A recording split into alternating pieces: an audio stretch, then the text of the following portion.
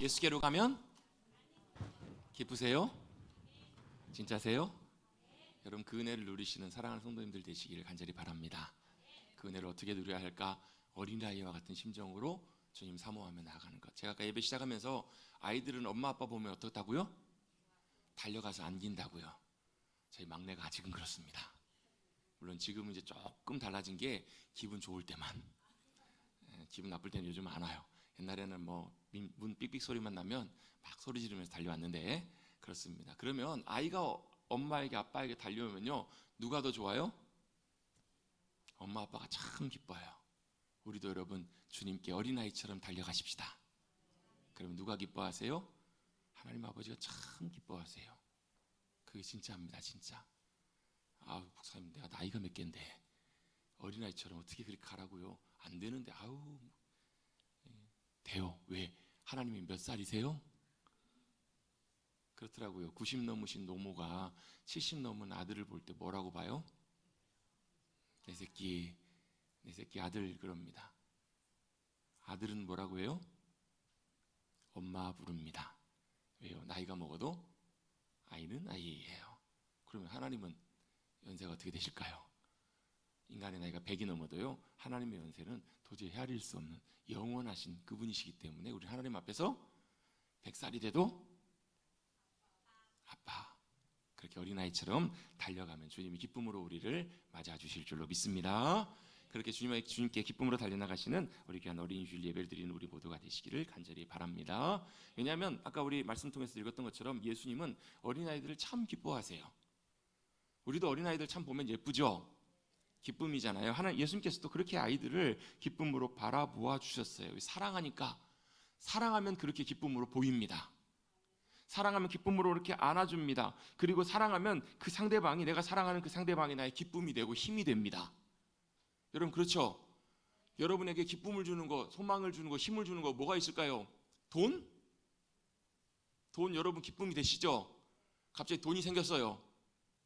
아닌 것처럼 다 그러시는데 갑자기 생각지도 않은 돈이 막 갑자기 엄청난 돈이 생겼어요. 무슨 갑자기 뭐 생각지도 않았는데 옛날에 묵혀놨던 돈이 갑자기 100만 원짜리를 넣었는데 1000만 원이 돼서 돌아왔어요. 그럼 여러분 어떠실래요? 얼굴에 기쁨이 만면에 가득하고 참 좋으실 거예요. 왜요? 그게 내 기쁨이 되니까. 기쁨이 된다는 말은 그게 내 힘이 된다는 말이고 기쁨이 된다는 말이고, 그걸 왜요? 내가 좋아하는 거예요. 내가 사랑하는 거예요. 내가 사랑하지도 않고 관심도 없으면 그게 내게 기쁨이 되지 않아요. 그래서 사람이 뭔가를 사랑하면 그 사랑하는 그것이 내 기쁨이 되고 힘이 됩니다. 우리 자녀들, 손주들 그러시죠? 손주들 보면 어떠세요? 기쁘시죠? 왜 그래요? 사랑하니까 그래요.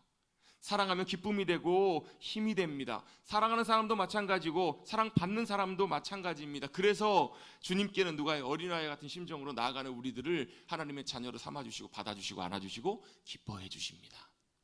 또 어린아이들이 주님의 큰 기쁨인 이유는 아이들은 아직 형성되지 않는 가능성을 갖고 있는 존재들이기 때문에 그래요. 여러분 이제 어른들이 나이가 들어서 아이들이 성장하고 성인의 삶을 살다 보면 어느 정도 인생에 많은 것들이 어떻게 돼요? 확정이 됩니다. 갖춰져요. 세팅이 돼요. 그래서 그 사람은 이런 인생을 살아가요. 이런 모습으로 살아가요. 그게 쉽게 잘 변하지 않아요. 왜? 어른이 되면 이미 자신의 모습과 이런 것들이 갖춰져 가기 때문에 그래요. 근데 어린 심령들은, 어린아이들은 좀 달라요. 아직 몰라요. 물론 뭐 떡잎부터 알아볼 수도 있겠다 싶지만 여러분 씨앗을 보면서 열매를 볼 수 있어요? 없어요? 씨앗 자체는 안 보여요. 씨를 심어도, 물론 씨를 잘 아시는 분들은 호박 맺히겠네, 씨를 보면서 포도 맺히겠네 아시는 분도 계시겠죠. 근데 씨를 봤을 때는 그 열매가 보이지가 않아요.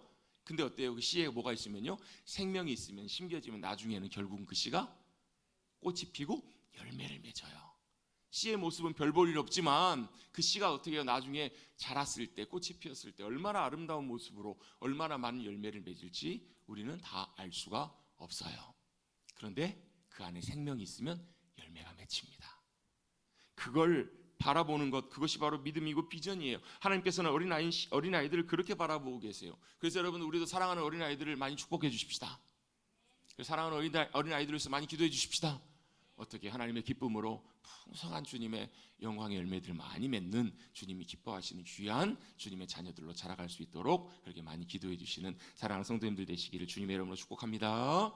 그런데 그런 인생으로 살아가기 위해서 아이들을 위해서 기도해주고 축복해주는 것도 참 중요하지만 무엇보다도 기본적인 중요하게 우리가 알아야 될 것이 있는데 그게 바로 뭐냐면 어린아이들도 마찬가지고 우리도 마찬가지고 우리 인간이란 존재가 어떤 존재인지를 알아야 돼요. 내가 어떤 존재인지 어떤 사람인지 어떤 존재로 인생을 살아가는 것인지를 알아야 돼요. 그래서 여러분 고대부터 오랜 시간부터 수많은 철학자들 수많은 학자들은요 뭘 연구해 왔냐면 인간이란 누구인가, 사람은 도대체 어떤 존재인가, 인간이란 존재가 도대체 뭐고 우리 인생이라는 것이 무엇인가, 그걸 연구해 오고 고민해 왔어요. 철학자들도 그렇고요. 인간이란 무엇인가? 여러분 인간이 뭐예요? 아이고 그냥 살아가는 거죠. 사람이 뭐예요 여러분? 사람이란 존재가 어떤 존재죠? 그걸 여러분 우리가 잘 알 필요가 있다는 거예요. 사람이 무엇인가? 인간은 여러분 하나님께서 만드신 모든 피조물 중에서도 인간은 좀 특별하고 좀 다른 존재입니다. 여러분 한번 여쭤볼게요. 사람하고 동물이 같아요? 틀려요? 요즘은 하도 시대가 그래가지고 동물 같은 사람들이 많아서 좀 그렇긴 하지만 그렇죠? 오히려 동물보다 못한 사람들도 있다고도 하지만 여러분 사람과 동물은 같아요? 달라요? 웃으신 분들은 좀 수상하신 분들인데 사람과 동물은 사실 비슷해 보이지만 달라요. 뭐가 비슷해요? 똑같이 우리와 같이 먹고 자고, 넘어가겠습니다. 먹고 자고 그 다음에 뭐예요? 자식을 낳아요. 자녀를 낳아요. 그리고 양육해요. 키워요. 그리고 그렇게 살아갑니다. 사람하고도 굉장히 비슷해요. 여러분 동물들도 여러분 그거 아시죠? 사회를 만들어요. 자기들만의 집단을 만들고요. 위계 질서를 만들고 그렇게 살아갑니다. 얼핏 보면 사람과도 비슷하게 살아가는 것처럼 보이기도 합니다. 그런 모습들이 바로 동물과 우리와 인간의 비슷한 차이라고도 해요. 결국은 인간도 어때요? 죽으면 흙으로 돌아가고 동물도 죽으면 흙으로 썩어서 없어져요. 그런데 인간과 동물의 가장 중요한 결정적인 차이가 하나 있는데요. 뭐가 차이가 있는가? 인간에게는 동물에게 없는 것이 있습니다. 그게 바로 뭐냐면 하나님께서 우리에게 주신 영혼입니다. 인간에게는 영혼이 있습니다. 동물에게는 영혼이 없어요. 그래서 어떤 분들이 이걸 종교성이라고도 표현합니다. 인간에게는 종교성이 있다. 왜? 영혼이 있기 때문에. 영혼이 있는 인간에게만 뭐가요? 종교성이 있어요.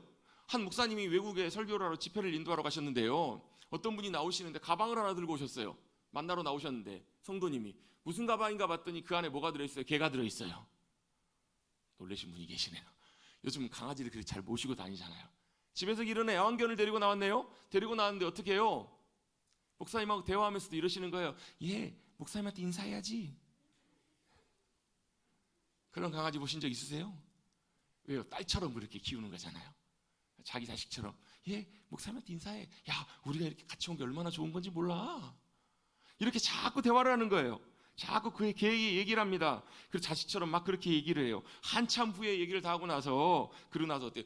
개들도 그렇잖아요. 알아먹잖아요. 알아듣잖아요. 어느 정도는. 한참 얘기를 하고 나서 이제 마무리가 되려고 할 때 이러는 거예요. 목사님, 우리 개를 위해서 기도 좀 해주세요. 그리고 묻는 거예요. 목사님, 개가 천국 갈 수 있을까요? 여러분 한번 여쭤봅니다. 개가 천국 갈 수 있을까요? 없을까요?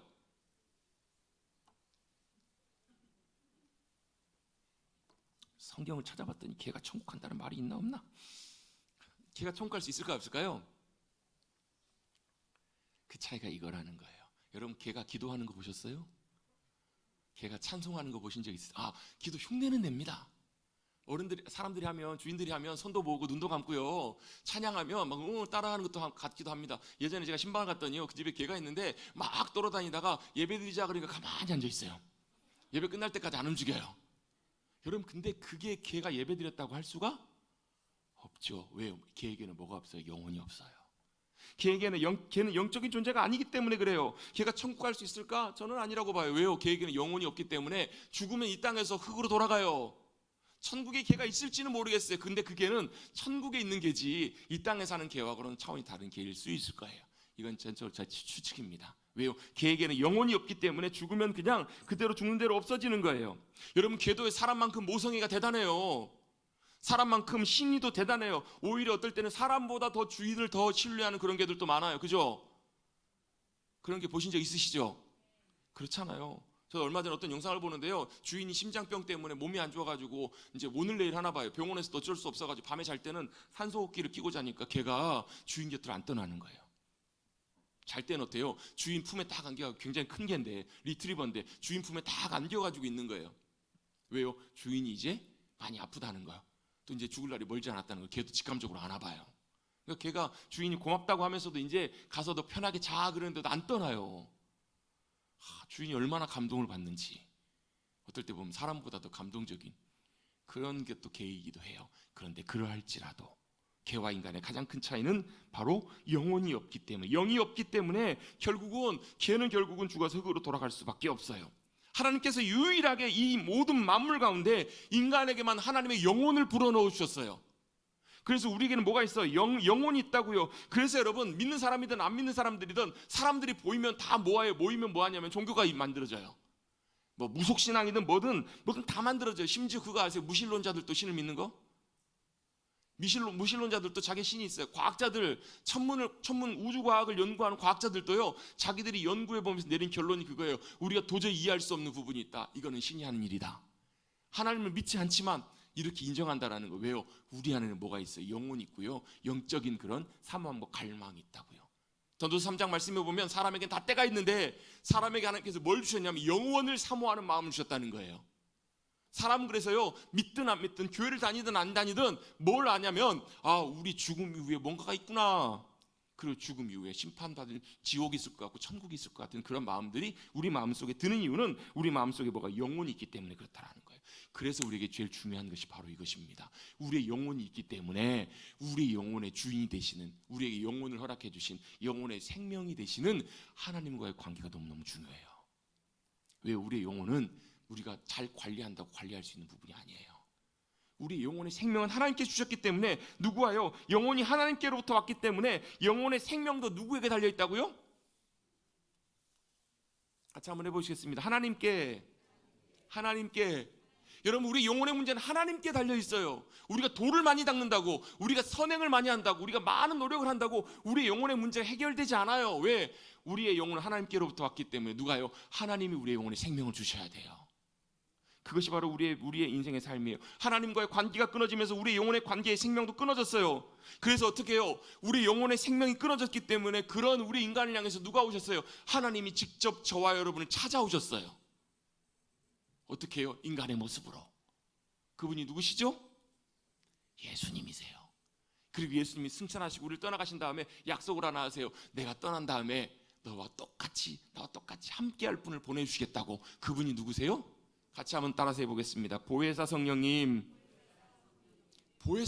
우리 안에 함께 하시면서 하나님이 우리를 떠나지 아니하시고 함께 하세요. 여러분, 하나님은 어디 계신 분이세요?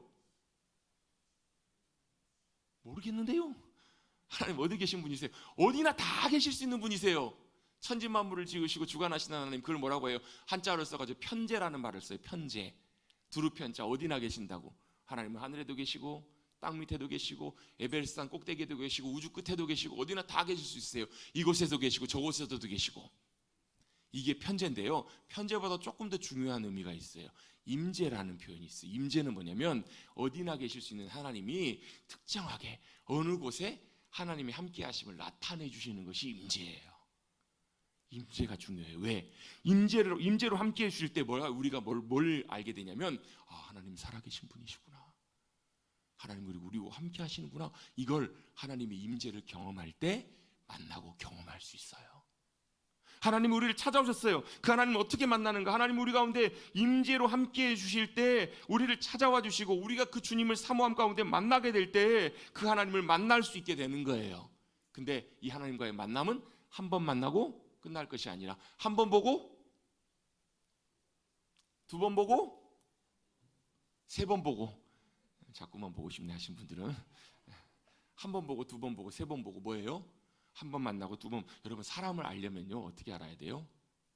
그 사람에 대해서 뭐 이름도 듣고, 그 사람의 성격이 어떻고 뭘 좋아하고 다 들으면 그 사람이 그런 사람이구나. 뭐 해야 돼요? 만나봐야 돼요. 하나님이 전능하신 하나님, 놀라우신 하나님, 우리를 사랑하신 하나님, 얘 다 좋아요. 그런데요, 진짜 그 하나님이 어떤 하나님이신지 우리가 만나봐야 된다고요. 그래야 그분이 어떤 분인지 알아요. 여러분, 주님을 만나보십시다. 우리를 찾아오신 그 주님을 만나는 것 언제예요? 한번, 목사님 제가 30년 전에 기도원에서 주님 만났는데요. 30년 동안 뭐 하셨어요? 30년 동안도 뭘요? 그 주님을 만나기를 사모하고 주님 앞에 나가셔야 돼요. 그래서 우리에게 찾아오신 그 주님을 우리가 인격적으로 만나는 것, 이 과정들이 계속되는 게 뭐라고요? 이게 뭐냐면 동행이에요. 동행. 이걸 다른 말로 뭐라고 표현할 수 있을까요? 교제라고도 표현할 수 있어요. 교제, 사귐. 하나님과의 교제, 사귐, 이게 바로 뭐라고? 이것이 바로 믿음으로 살아가는 삶이에요. 한 번 만나고 마는 것이 아니라 지속적으로 만나는 삶, 이게 바로 우리 신앙생활이라고요. 그래서 여러분, 유럽에 라브리라는 공동체를 만드셨던 프란시스 쉐퍼 박사님이라고 참 귀한 분이 계세요. 그분이 이런 얘기를 남겼어요. 성경의 창세기부터 계시록까지, 창세기부터 계시록까지란 말이 무슨 말이에요? 성경의 전부, 성경의 시작부터 끝까지 다 뭐라고 나와 있는가? 하나님이 늘 함께 하신다, 동행하신다, 이 내용이 기록되어 있는 것이 성경이라고. 성경은 뭘요?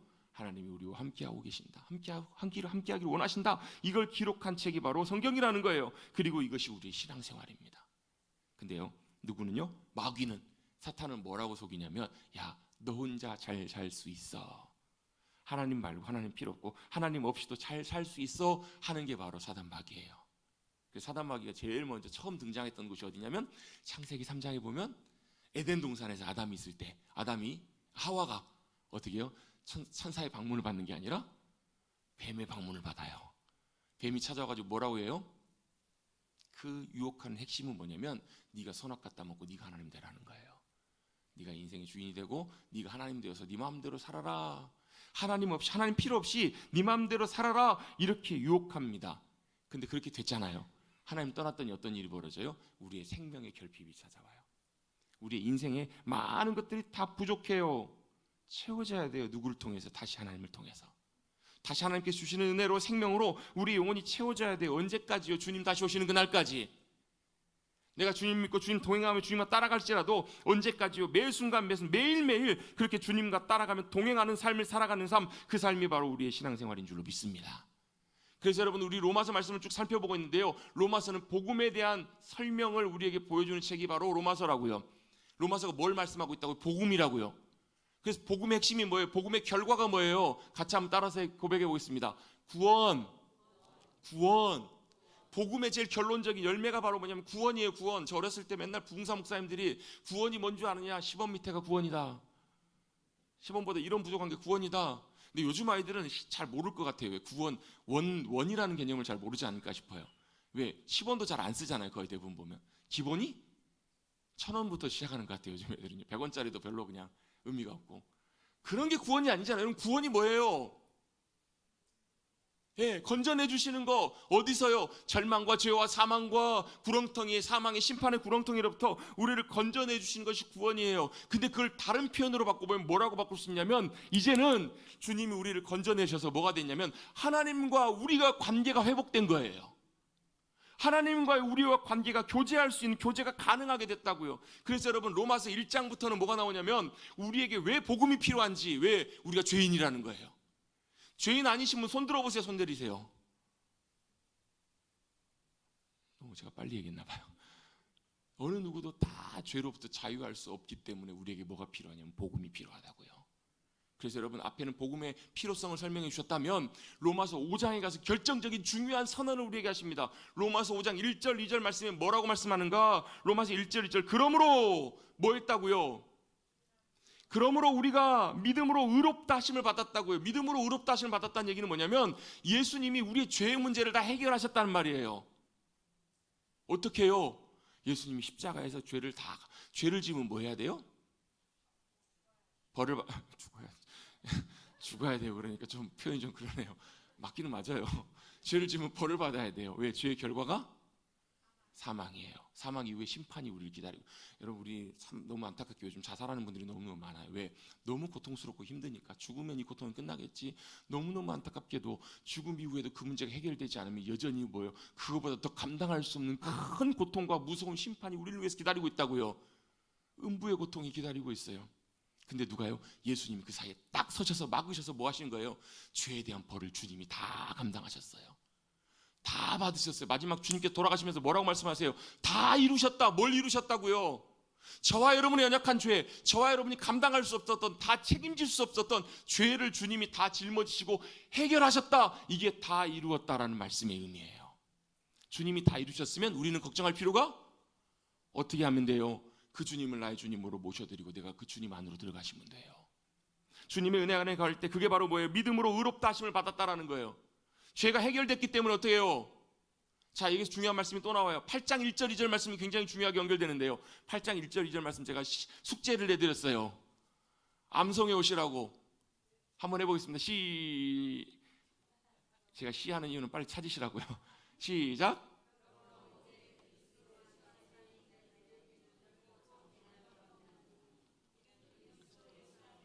생명의 성령의 법이 죄와 사망의 법에서 너를 해방하였습니다. 뭐가 됐다고요? 그리스도 예수 안에 있는 자에는 결코 정죄함이 없다라는 말이에요. No guilty. 더 이상 무죄 판결이 났다라는 거예요. 여러분, 법원에서 최종 판결이 무죄 판결 나면 더 이상 죄 때문에 걱정할 필요가 없어요. 저와 여러분은 예수 그리스도 안에서 무죄 판결 받은 줄로 믿습니다.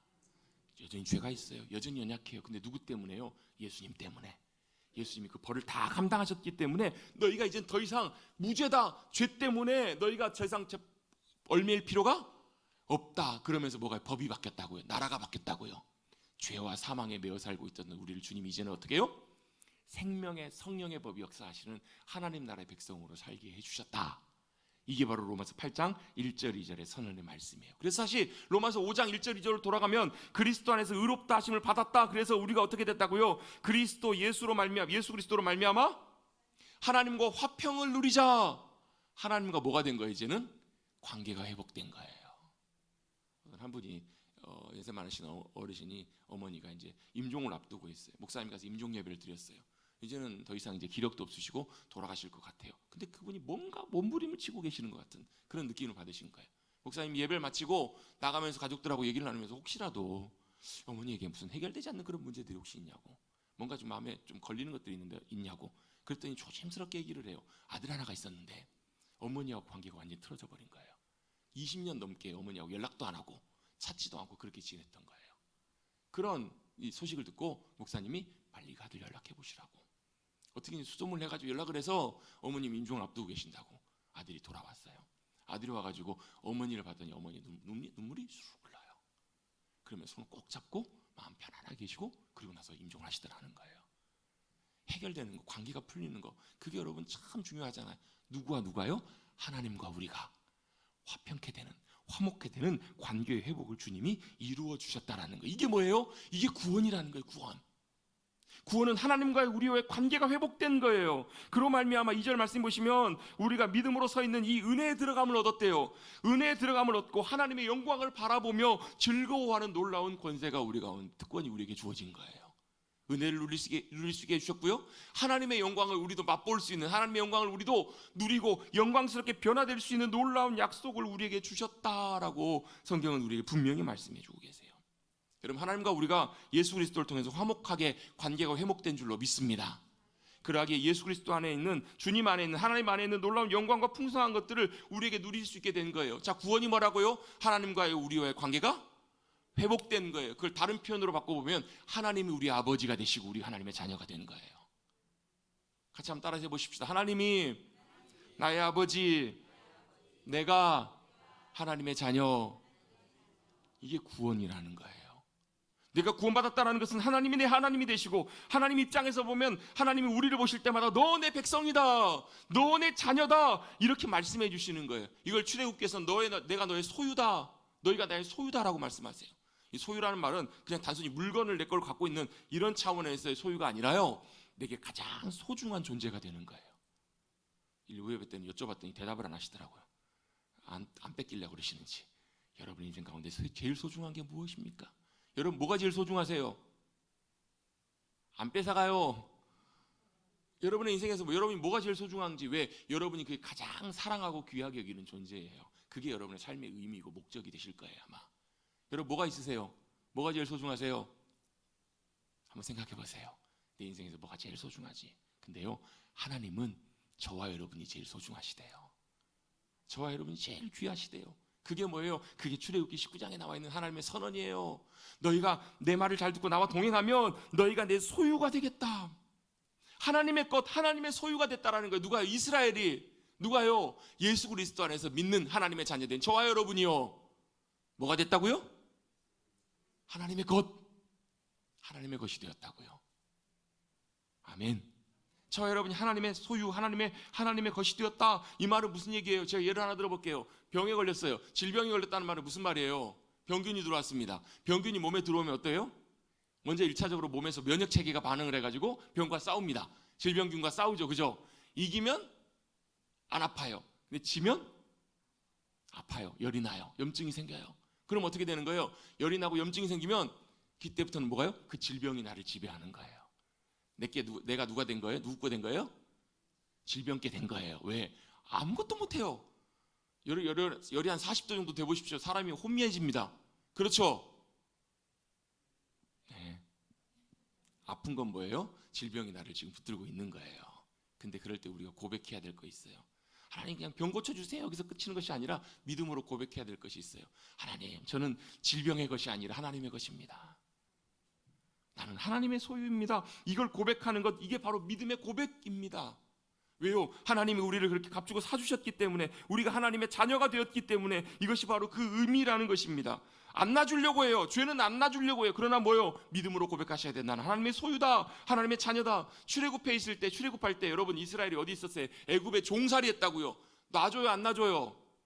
바로왕이 안 놔줘요. 왜? 종살이 하면서 부려먹으면 얼마나 도움이 많이 되는데요. 근데 하나님께서 바로왕에게 모세를 통해서 뭐라고 말씀하시냐면, 이 백성은 나의 백성이다. 이스라엘이 누구라고요? 하나님의 백성이라고 하나님께서 말씀을 전하라고 하세요. 선포하게 하세요. 하나님의 백성이다. 그러니까 어떻게 해요? 하나님이 그들을 결국 다 건져내세요. 끌어내세요. 자유케 해주시더라는 거예요. 여러분, 하나님께서 저와 여러분을 예수 그리스도를 통해서 하나님의 자녀 삼으시고 자유케 되는 놀라운 은혜를 허락해 주신 줄로 믿습니다. 어때요? 12절 13절 말씀, 오늘 본문의 12절 13절 말씀은 이런 말씀이에요. 형제들아, 우리가 빚진 자로 돼 과거에는 무슨 빚을 졌어요? 죄의 빚을 지고 살았어요. 근데 이제 누가요? 예수님이 모든 것들을 다 갚으시고 해결하셨어요. 이제는 누가요? 예수님이 우리를 사신 거예요. 하나님의 소유가 되게 하신 거예요. 그래서 이제는 어떻게 살라고요? 육신의 소유대로, 육신의 생각대로 살지 말고 이제는 어떻게 해요? 영의 생각대로, 영이 인도하시는 대로, 성령님이 인도하시는 대로 살라. 왜? 우리 지난번에 뭐요? 육신의 생각은 사망이에요. 우리 육신의 생각대로 따라간 삶의 결과는 어때? 죽음으로 끝난다고요. 근데 영의 성령님이 인도하시는 대로 우리의 영혼이 따라가게 되면 그 결과가 어떻다고요? 생명과 평안이라. 6절에 6절, 8장 6절 성경 있으신 분 한번 읽어보십시다. 8장 6절 시작.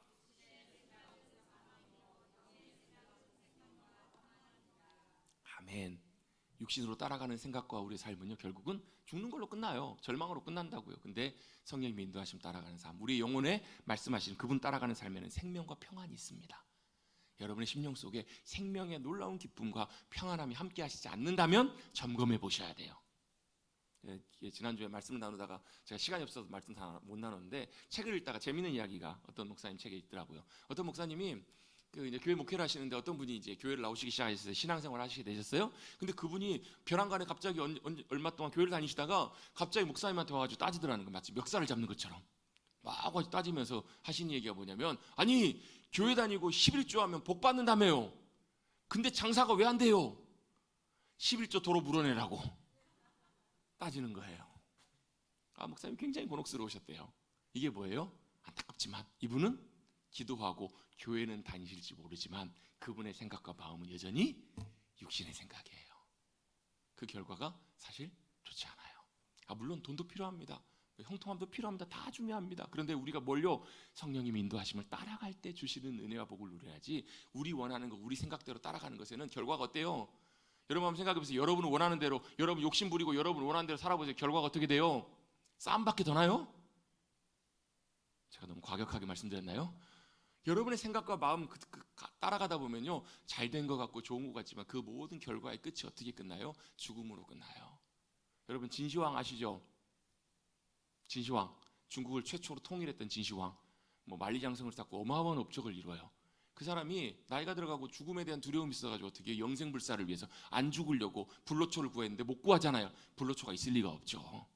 불로초가 누구세요? 예수님이시잖아요. 있을 리가 없죠. 결국은 어때요? 원정을 가 있는 와중에 죽어요. 신하들이 그 왕의 죽음을 감추기 위해서 수레에 싣고 다시 도성으로 돌아올 때 어떻게 돌아오는가? 냄새가 나니까 거기다가 썩은 생선을 다 덮어갖고 들어왔대요. 여러분, 그 위대했던 왕, 대단했던 왕의 죽음 위에 뭐가 썩은 생선, 썩은 생선을 덮어서 올라오는 것, 덮어서 가는 것, 그게 여러분 우리의 인생의 마지막이잖아요. 그게 우리의 육신의 삶의 결론이에요. 그런데 우리의 영혼의 삶, 우리의 영혼의 성령님의 인도하심을 따라가는 삶은 완전히 다르다라는 거예요. 하나님과 화평케 됨에 관계를 이루었다. 그래서 어떻게 해요? 그래서 14절입니다. 14절 같이 한번 읽어보겠습니다. 14절 시작.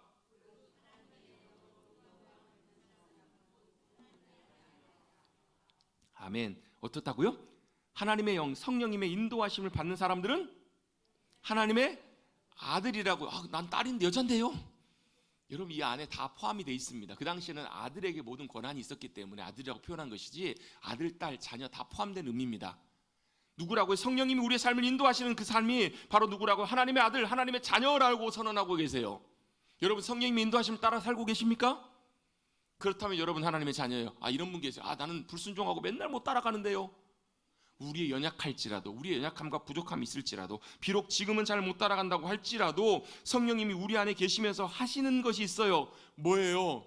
예수님이 나의 구주가 되시고 하나님이 나의 아버지가 된 것, 그걸 믿음으로 고백하고 인정하게 하시는 것. 그게 누가 하신다고요? 성령님이 하시는 거란 얘기예요. 비록 지금은 연약하고 부족하지만 성령님이 우리의 삶 가운데 함께하고 계신 것을 아는 것. 여러분 양심 있으시죠? 없으세요? 양심 있으시잖아요. 양심이 있으면 뭐래요? 때때로 내가 잘못된 것을 하고 있을 때 양심이 우리에게 자꾸 이렇게 찌르잖아요. 성령님이 우리 안에 계시면 어때요? 내가 잘 살지 못하지만 그래도 하나님 기뻐하신 삶을 살기를 원하고, 그래도 믿음으로 순종해 보기를 원하는 마음들이 있고, 그런 마음 있으세요? 없으세요? 좀 잘해보려고 하는 마음 있으시죠? 그 마음 누가 주신다고요? 우리 안에 계신 성령님이 주신다고요. 가장 결정적으로 예수님을 나의 구주로 믿고 고백하게 하시는 분이 성령님이세요. 그래서 누가요? 성령님이 우리 안에 계시면 하나님을 우리 아버지라고 부르게 하세요. 여러분이 믿음 안에서 진심으로 하나님을 여러분의 아버지라고 고백하실 수 있다면 여러분 안에 성령님이 함께하고 계시는 거예요. 한번 같이 한번 고백해 보십시다. 안 하실 분 안 하셔도 돼요. 저보고 하지 마세요. 억지로 하지 마십시오. 한번 고백해 보시겠습니다. 하나님 아버지. 여러분이 만약에 하나님을 아버지라고 고백하고 부르실 수 있다면 여러분 안에 성령님이 함께하고 계시는 거예요. 난 잘 모르겠는데요. 여러분이 성령님과 가깝지 않으셔서 그래요. 성령님과 또 충만하고 성령님과 함께할 때 성령님의 놀라운 함께하심을 더 귀하게 경험할 수 있어요. 그런데 그것과 상관없이 우리 안에 성령님이 거하시기 때문에 하나님을 아버지라고 부를 수 있게 된다는 거예요. 15절 말씀입니다. 15절 같이 한번 읽어봅니다. 시작.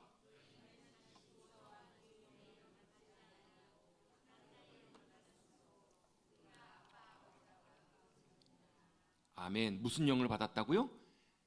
같이 한번 해보겠습니다. 양자의 영. 양자의 영. 양자의 영이란 말이 무슨 말이에요? 양자가 됐다라는 거예요. 여러분 과거에도 그런 일들이 있었잖아요. 아들이 없는 집안에 다른 아들을 양자 삼아가지고 그 집안에 아들로 세우는 경우도 있었잖아요. 고대에는 그런 경우가 있었다고 해요. 고대 로마 시대 그 이전 시대에 보면 장군들이 있는데 자기를 이어서 그 군대를 이끌 수 있는 막강한 그런 힘을 갖고 있는 장군이 돼야 되겠는데, 아들이 있어야 되겠는데 아들이 없는 거예요. 어떻게 해야 돼요? 아들이 하나 있는데 비실비실하고 맨날 아파요. 어떻게 해요? 집안에 있는 하인들이나 아니면 주변에 있는 아이들 중에서 건강하고 쓸만한 아들 삼을 만한 아들을 양자로 삼은 거예요.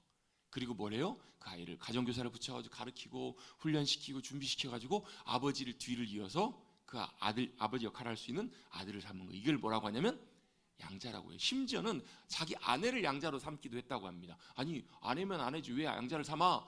그 당시에는 여자에게는 권한이 없었기 때문에 남편이 죽으면 다 아들에게 돌아가지 어머니에게 아내에게 돌아갈 것이 없는 거예요. 그래서 어떻게 해요? 궁예지책으로 아내를 아들처럼 양자로 삼아가지고 재산을 물려주는 거예요. 그 남편 이후의 삶을 살아갈 수 있도록. 이게 바로 양자의 권한이에요. 양자가 됐다라는 말은 법적으로 그 사람이 원래 태어난 아버지는 아니지만, 내가 그 아버지의 아들로 태어난 건 아니지만 법적으로 아들이 된 거예요. 그리고 아버지에게 주시는 권한과 상속과 많은 것들을 받아 누릴 수 있게 된 거예요. 이게 바로 뭐라고? 이게 양자예요. 이 양자의 영을 우리에게 주셨다고요. 근데 그 양자의 영은 어떤 영이에요? 다시 무서워하는 종의 영이 아니라고요. 우리가 하나님을 어떻게 모신다고요? 양자의 영을 받아서 하나님이 우리의 뭐가 되셔서 아버지가 되시면 우리 아버지가 어떤 분이시라고요? 무서워하고 두려워할 뿐이 아니라 뭐라고요? 이렇게 부르게 된다고. 같이 한번 고백해 보겠습니다. 아빠 아버지. 아빠 아버지. 하나님을 뭘로 부르게 되냐면, 고백하게 되냐면요, 아바. 원래 아람어 아바라는 말인데, 아바라는 말은 우리 표현으로 좀 쉽게 설명해 보면 단어가 아빠라는 말이에요. 하나님이 우리의 뭐가 되신다고요? 아빠가 되신다고요. 이건 무슨 표현이에요? 친밀함의 표현이에요. 관계의 친밀함의 표현이라고요. 우리는 하나님 하면 저 멀리 계시는 분, 범접할 수 없는 분. 맞아요. 하나님은 위대하신 분이시고 크신 하나님이시고 광대하신 분이시고 어마어마한 분이세요. 저 멀리 높은 곳에 계시는 분이세요. 근데 그분이 어떻게 해요? 우리 가운데 찾아오셔서 성령님을 통해서 함께 하시면서 우리의 뭐가 되어주시는 거예요? 아빠, 아버지가 되어주시는 거예요. 그래서 두려워하고 무서워할 하나님이 어때요? 경외하고 위대한 하나님이심은 맞지만 또한 동시에 우리에게 가장 친밀하고 좋으신 아빠, 아버지가 되어주신다라는 것, 이게 바로 성령님이 우리 가운데 하시는 일이라는 거예요. 성령님이 그것에 뭐가 되어주세요? 증거가 되어주세요. 증인이 되어주신다라는 거예요. 여러분, 우리가 그리스도인이 된다라는 말이 이런 말입니다. 하나님의 자녀가 된다는 말이고, 하나님이 우리의 뭐가 되신다고요? 아바, 아버지. 근데요, 제가 일부 예배 때도 그렇고 많이 설교하면서도 그렇더라고요. 하나님 아버지라고 하면 따라 하시는데요, 아빠 불러보라고 부르시더라고요. 그만큼 안 친하셔서 그러신가 봐요. 아니, 어떻게 하나님께 아빠라고 불러? 여러분, 유치원 다니는 아이가 유치원을 갔다 왔습니다. 갔다 와서 인사하면서 아버지 잘 다녀왔습니다. 이러면 여러분 어떠시겠어요? 징그럽다, 치워라, 이러시겠죠? 아이는 뭐라고 해야 돼요? 아빠 해야 돼요. 왜? 그게 친근감의 표시예요. 여러분, 그렇다고 해서 함부로 해서는 안 되겠지만 친근감의 표시라는 거예요. 여러분, 그만큼 하나님과 우리가 어떻게 해요? 성령님 안에서 가까워지는 그런 친밀한 관계 가운데 그 귀한 은혜의 길들이 열렸다라는 것을 성경은 우리에게 분명히 말씀해 주고 계세요. 16절에도 보면 성령이 친히 우리의 영과 더불어 우리가 하나님의 자녀인 것을 뭐 하신다고요?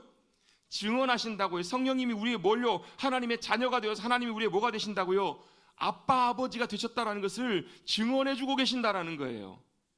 그래서 뭐가요? 하나님 우리 아빠 되심이 여러분 얼마나 큰 은혜이고 복인지 모른다는 것입니다. 여러분, 인간이 선택할 수 없는 것이 참 많은데요, 선택할 수 없는 것 중에서 제일 먼저 우리가 경험하는 좌절이 뭐냐면, 내가 이 집에 태어나고 싶지 않았는데, 이 집 구석에 태어나고 싶지 않았는데 태어나 보니까 이 집 구석이야.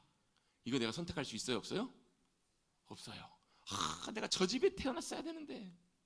그러면 금수저를 물고 화려하게 인생 삐까뻔쩍하게 살아볼 텐데 그걸 내가 선택할 수가 없어요. 여러분, 우리 인생 태어나면서 가장 큰 복 중에 하나가 바로 뭐냐면, 좋은 가정에서 좋은 부모님 밑에 태어나는 거, 그것도 여러분 참 큰 복이죠. 그렇죠? 여러분, 좋은 밑에서 자라나셨죠? 갑자기 목소리가 작아집니다. 여러분, 참 좋은 부모님 밑에서 자라나셨을 거예요. 또 마음에 안 드는 부분도 있었겠지만 우리 부모님은 부모님만으로도 참 훌륭한 분이시고 귀한 분이시죠. 애들이 아니라고 그러면 맞잖아요. 맞아요. 참 좋은 부모님 밑에 태어나. 물론 여러분, 아이들 중에서 보면 참 안타깝고 마음 아픈 아이들이 있습니다. 좋지 못한 부모님 밑에 태어난 아이들, 부모 밑에 태어나서 정말로 불행하고 마음에 상처받고 여러 가지 어려움 가운데 태어난 그런 아이들도 있어요. 요즘 여러분, 오늘 어린이날인데, 여러분 어린이날이면 어린이들이 제일 좋아해야 되는 날이잖아요. 근데 부모님 없는 아이들은 이 날이 오히려 어쩌면 참 마음 아리고 슬플 수 있을 거예요. 요즘 보면 자립 준비 청년들, 이런 표현을 종종 써요. 이 아이들이 무슨 아이들이냐면, 어렸을 때 부모님이 돌아가시거나 부모님으로부터 버림받거나 해가지고 보육원에서 자란, 보육원에 나라의 도움을 받고 보육원에서 자랐던 아이들이 만 18세가 되면 나가야 된대요. 나가는데 갈 데가 있어요? 없어요? 국가에서 보조금을 좀 줘요. 뭐 300만 원이고 500만 원이고 얼마 좀 줘요. 그거 갖고 살아야 돼요. 집 하나 얻기도 쉽지 않는 이 아이들의, 이 청년들이 얼마나 마음이 사실 걱정과 염려와 낙심으로 가득 차 있는지 몰라요. 정말 갈 데가 없고. 왜 그래요? 그들에게는 뭐가 필요해요? 의지할 때가 필요해요. 만약에 그 아이들이 의지할 부모님들이 계셨다면, 참 훌륭하고 귀한 부모님들이 계셨다면 그 아이들이 그런 걱정할 필요가 없었겠죠. 집 걱정할 필요가 없었을 것이고, 인생 걱정할 필요가 없었을 것이고, 학비 걱정할 필요가 없었을 거예요. 근데 그 아이들은 그런 걱정들을 자신들이 다 감당해야 돼요. 왜요? 부모님이 안 계시니까. 의지할 데가 없어서 그런 거예요. 여러분, 한 목사님이 그런 얘기를 하시더라고요.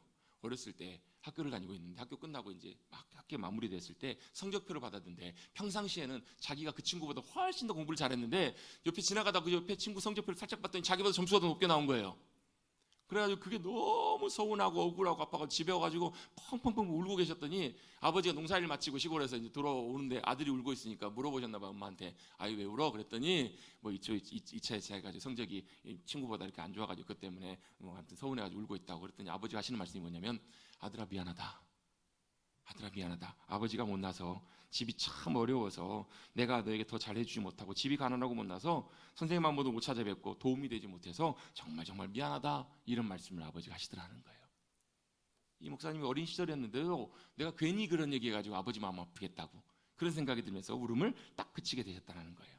그러면서 오히려 나중에 나를 그렇게 길러주시고 사랑으로 양육해 주신 그 아버지 어머니에 대한 부모님에 대한 마음과 사랑의 마음과 감사의 마음이 훨씬 더 커지셨다고. 여러분 그렇죠? 부모님의 마음이 그러시잖아요. 그죠? 예, 더 잘해주고 싶고 더 잘 챙겨주고 싶고 그러고 싶어요. 근데 우리 인간은 어때요? 연약하고 부족한 부분들이 많아요. 좋은 부모가 되고 싶지만 그럴지라도 여러분 좋은 부모가 되지 못할 때가 더 많이 있어요. 제가 부모가 되어 보니까 그렇더라고요. 전 나름대로 신앙생활을 목회하면서 한 가지 이렇게 다짐했던 것이 있어요. 좋은 목사가 되기 위해서 좋은 부모가 돼야 되겠다. 왜요? 집안에서도 못하는데 밖에서 잘하는 게 그게 좀 어불성설이잖아요. 집안에서 잘해야 되겠다. 좋은 아버지가 돼야 되겠다. 제가 하면 할수록 그게 불가능한 일이라는 걸 깨닫게 돼요. 안 되는구나. 틀렸다. 아유 틀렸다. 아무리 잘하려고 해도요 안 되더라고요. 왜요? 그게 우리 인간이기 때문에 그래요. 부족하기 때문에 그래요. 우리 부모님들 보실 때마다 우리 아버님 어머니 보실 때마다 참 좋은 분이었지만 부족하고 때때로 어떤 분들은 상처받고 그런 분들도 계시죠. 왜 그래요? 인간이시기 때문에, 인간의 우리 육신의 부모님이시기 때문에 그래요. 그런데 그럼에도 불구하고 우리가 절망하고 낙심할 필요가 없는 이유가 하나 있어요. 완전하신 하나님, 우리를 떠나지 아니하시는 영원하신 하나님이 우리의 아빠 아버지가 되어주십니다. 우리 부모님은 연세가 드시면 언젠가 우리 곁을 떠나요. 떠나신 분들도 많이 계실 거예요. 또 좋은 부모님도 계시지만 그렇지 못한 부모님도 계세요. 그럴지라도 상관없이 우리에게는요 영원하신 신실하신 가장 좋으신 아버지 하나님 아버지가 저와 여러분에게 믿음으로 하나님 아버지가 아빠 아버지가 되어주신 줄로 믿습니다. 그렇다면 부족함이 있겠어요? 그렇다면 모자란 것이 있겠냐고요. 왜? 그 하나님은 완전하신 하나님, 선하신 좋으신 아버지시기 때문에 그래요.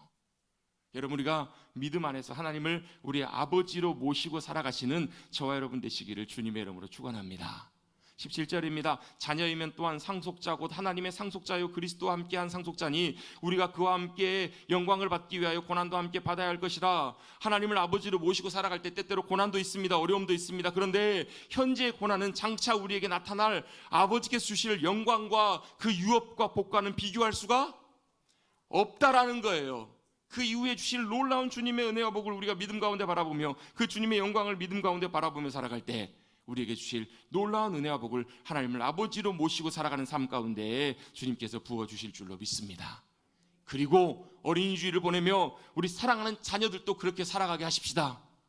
우리 연약하고 부족한 우리 부모가 아니라 우리 육신의 부모뿐만 아니라 누구를요? 우리의 영혼의 아버지, 영원하신 아버지가 되시는 하나님을 아빠 아버지로 모시고 살아가는 우리 귀한 믿음의 자녀들 될 수 있도록 축복해 주시고 기도해 주시는 우리 사랑하는 부모님들 되시기를 주님의 이름으로 축복합니다. 아멘. 여러분 자녀됨의 복을 누리십시다. 그리고 그 삶을 우리가 먼저 살아가야 본이 돼요. 자녀들에게는 그렇게 살아가라고 가르친다고 되는 게 아니라 우리가 그렇게 살아가야 가능해요. 같이 한번 저를 따라 고백해 보시겠습니다. 아빠, 아빠. 그 아빠 누구세요? 하늘에 계신 우리 하나님 아버지, 그분이 우리에게 아빠이심을 고백하고 경험하여서 더 가깝게 주님과 함께 믿음으로 살아가실 때 그 하나님 아버지께서 우리의 삶을 책임지시고 가장 선한 길들로 인도하시고 붙잡아 주시고 영광의 은혜 가운데 동참하게 해주실 줄로 믿습니다. 그렇게 자녀들도 그렇게 잘 양육하시는 우리 사랑하는 성도님들 되시기를 다시 한번 주님의 이름으로 축복합니다. 아멘. 아멘. 기도하겠습니다. 하나님 감사합니다. 오늘도 5월 가족의 달 첫째 주일 어린이 주일로 주님 앞에 예배드리며 무엇보다도 말씀을 통해서 우리가 성령님 안에서 성령님 우리 안에 함께 하심으로 하나님을 아빠 아버지라고 부를 수 있게 된 그 주님의 은혜와 사랑에 감사를 드립니다. 우리 자녀됨의 복을 누리게 하여 주시고 우리에게 육신의 부모님 참 좋은 부모님도 허락하여 주셨지만 비할 수 없는 가장 좋으신 영원하신 우리의 영혼의 아버지 하나님과 더 사랑 안에서 가까워지며 하나님의 큰 은혜와 사랑과 복을 누리며 복된 삶을 살아가는 자녀됨의 복을 누리고 살아가는 우리 모두가 되게 하여 주시옵소서. 특별히 또 어린이 주일을 통해서 우리 사랑하는 어린 자녀들 믿음으로 축복할 때 우리 귀한 어린 자녀들이 다른 무엇보다도 하나님을 나의 아빠 아버지로 모시고 살아가는 그 귀한 믿음의 복을 받아 누림으로 우리 귀한 어린 심령들도 하나님이 아빠가 되어주셔서 아버지가 되어주셔서 그 인생을 책임지시고 붙잡아 주시고 도우시고 붙들어 주시는 우리 사랑하는 귀한 어린 심령들, 우리 어린 자녀들 될 수 있도록 함께하여 주시옵소서. 감사드리며 예수의 이름으로 축복하며 기도드리옵나이다. 아멘.